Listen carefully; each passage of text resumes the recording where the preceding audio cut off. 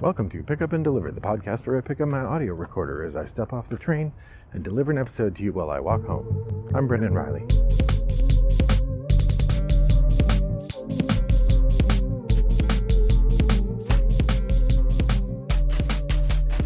Well, good evening, friends. It's a dark evening here in suburban Chicago. I'm walking home from the train and we are post daylight savings time. And so at 6 p.m., it is dark as Christmas. So I am walking in the dark, but we have plenty of street lights and stuff. I'm not too upset. I just may have trouble reading the notes that I wrote for today's episode.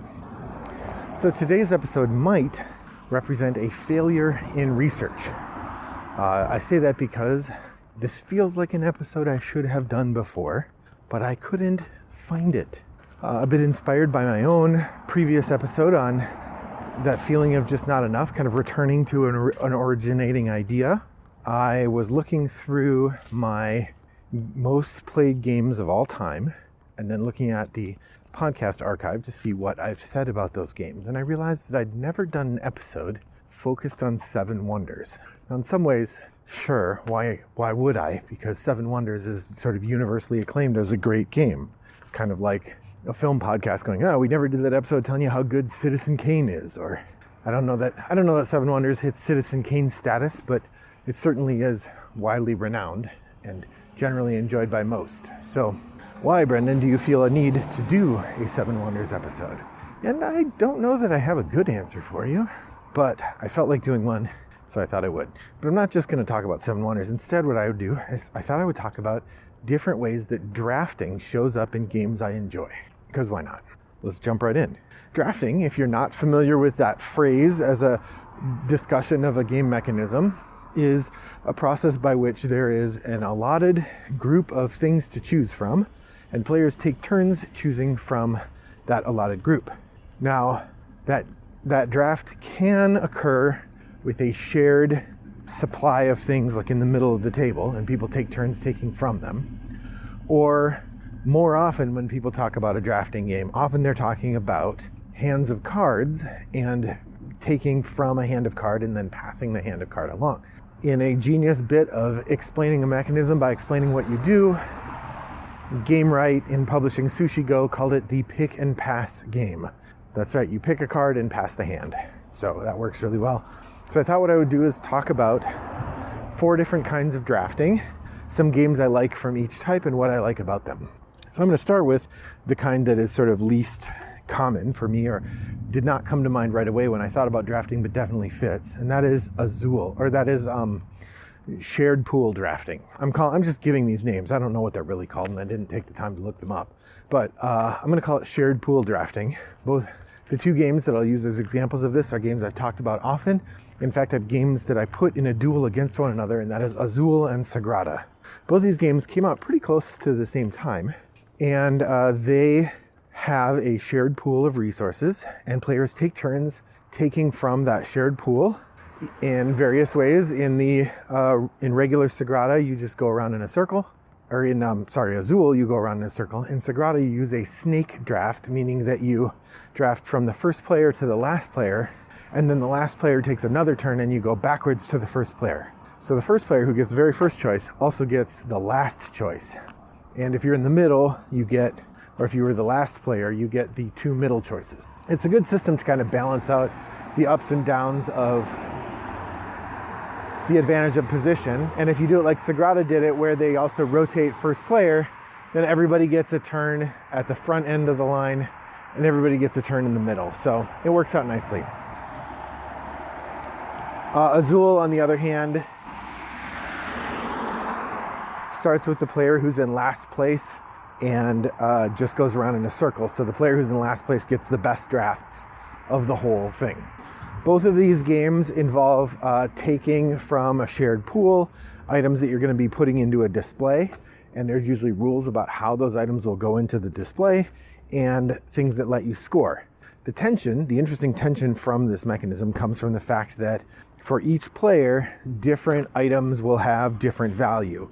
A drafting game like this does not work if everybody has the same value for the items in the draft, because then it's just obvious which one you would take. What you need to have the system that you're playing into have varying values so that you're providing varying motivations about which one to take. So for an on-the-table drafting game, I would point to Azul or Sagrada. Now, some people might point to some of the modern wonders or modern marvels like Calico or Cascadia as really interesting modern drafting games, and I would agree to a point. But I actually don't think that those are drafting games in the definition that I've offered, because in both Calico and Cascadia, each player gets a full complement of things to choose from the draft. When you draft a tile in Cascadia, or you draft a tile and a chit in Cascadia, or a tile in Calico, then the next player, the market refills and they get a full group of choices. I think that is not the same thing, and I would not even call that drafting, at least not in the same way, because a crucial part of drafting is knowing all the options your opponents have and having a limited pool of options, I guess. I'll put it that way. So I think probably in Board Game Geek, Calico and Cascadia are called drafting games, but I'm not thinking of them in that way. So Azul and Sagrada are both games where you're drafting from a shared pool. But there are three other kinds of drafting games that I want to point to, all of which use hands of cards that you pass around. The first one I want to is engine building. Of course, engine building is a game mechanism that comes up in other ways. You could do engine building in Race for the Galaxy, does not have a draft. There are many other engine building games. Chocolate Factory, for instance, does have a bit of a draft, now that I think about it. It could fit into this category. But so what I'm looking for engine building is the drafting portion gives you the pieces that you then assemble into the engine, which you then churn for points or victory in some way. And there's a kind of back and forth to it. The two examples I'll give you, one of them is less drafty, one of them is more. The less drafty would be Res Arcana. Res Arcana is, of course, a game where you have a set of cards available to you, and you're going to draft them and pass them around like Sushi Go or any of these other games. And you're going to do that twice. And by the end of the second draft, you have a deck of 8 cards, and those 8 cards are going to be your engine. But then you have to kind of get them into play. So the drafting part is just the first, quarter of the game. And then it's about taking that engine that you've drafted and making it run as efficiently as you can to try to get to 10 points before your opponent. It works pretty well. It's interesting. I really like Res Arcana. I've talked about it many times on here. I think there are a lot of people who would say, yeah, that's a game that has drafting in it, but I don't think of it as a drafting game. It's an engine builder. On the other hand, one of the games that comes up often in conversation with Seven Wonders is a game called It's a Wonderful World. I've talked about it before on the podcast. In It's a Wonderful World, you are drafting from a hand of cards, much like Seven Wonders or many of these other games. And then after each draft, you are putting the card into a tableau. And really what you're doing is you're assembling the cards that you're drafting for that round. Once you get the whole assemblage, then you can decide, you put some of the cards into the building area where you're trying to build them, and you put some of the cards into the recycling area where you discard them and get resources, which you then use to build your buildings. There is then this sequence in which the different color buildings activate and produce the stuff that they produce. It's a really interesting game of careful thought about when things will trigger, because often you start a round with a building that's not completed, and after, say, the gray buildings trigger, then your building is completed and it goes into your tableau in time for it to trigger when the blue buildings go, or whatever. It's really interesting. I like It's a Wonderful World a lot. I think there's a lot to be said for what's going on in the game, and it is satisfying tactically because you're always trying to figure out what's the best combination of things to go with the cards that you have right now. So that is an engine builder of a more direct type that I think fits the idea of drafting better.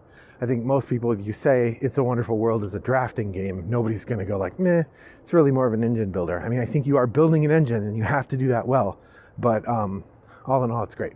So that's It's a Wonderful World, another engine builder. The second kind of game I want to talk about are games where you draft to manipulate something else.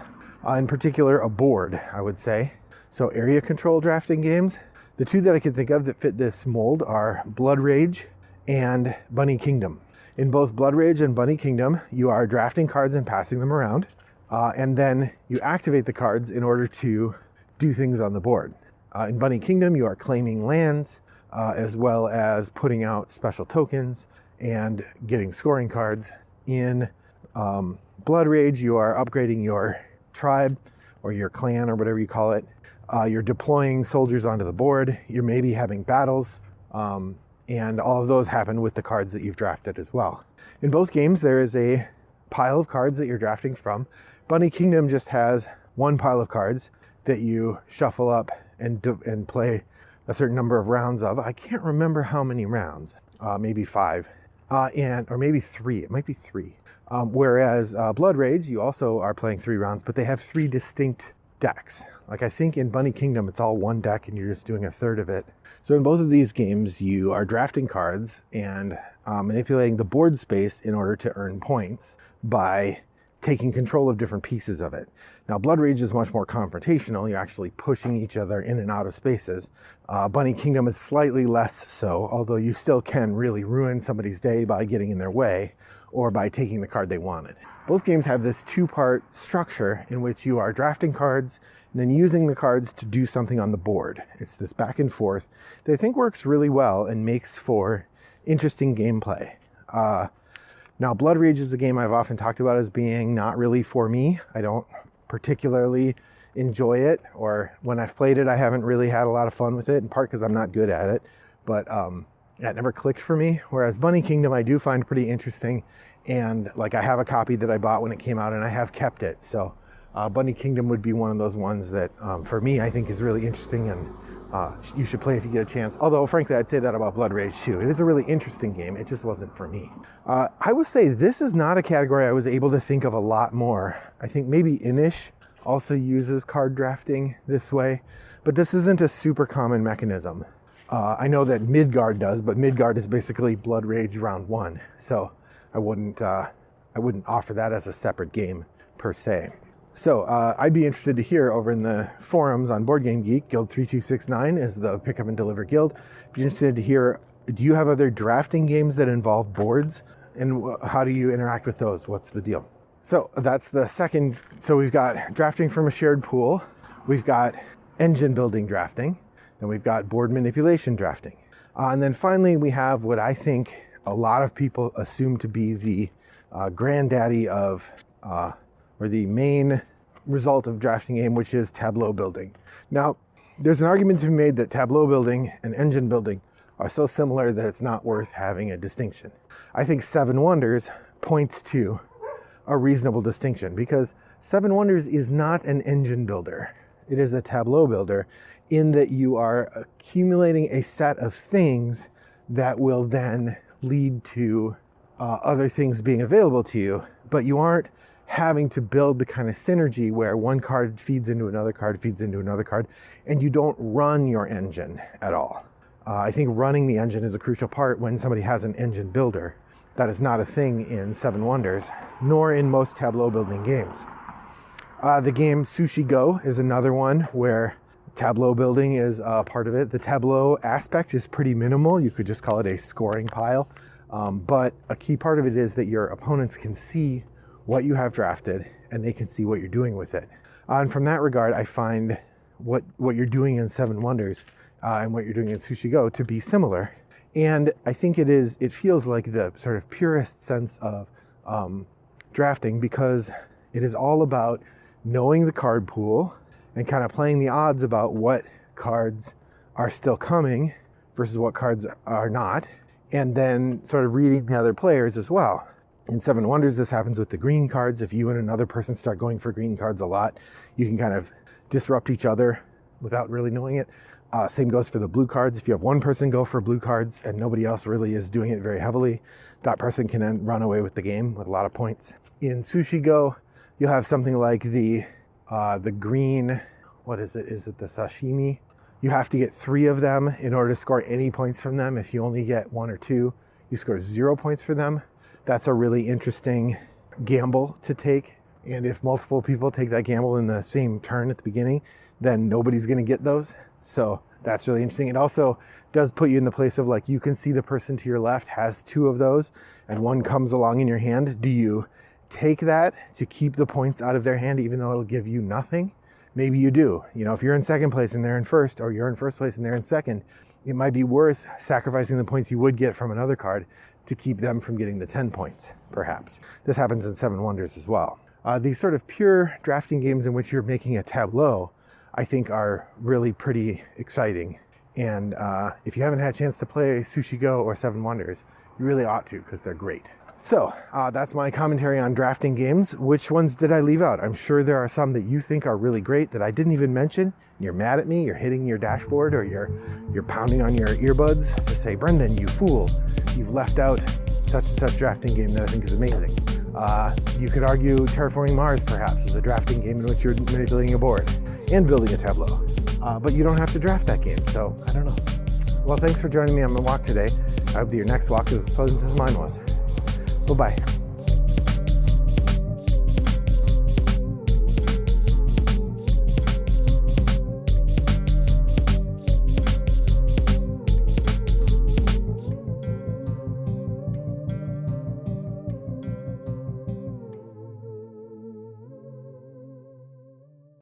Brought to you by Rattlebox Games.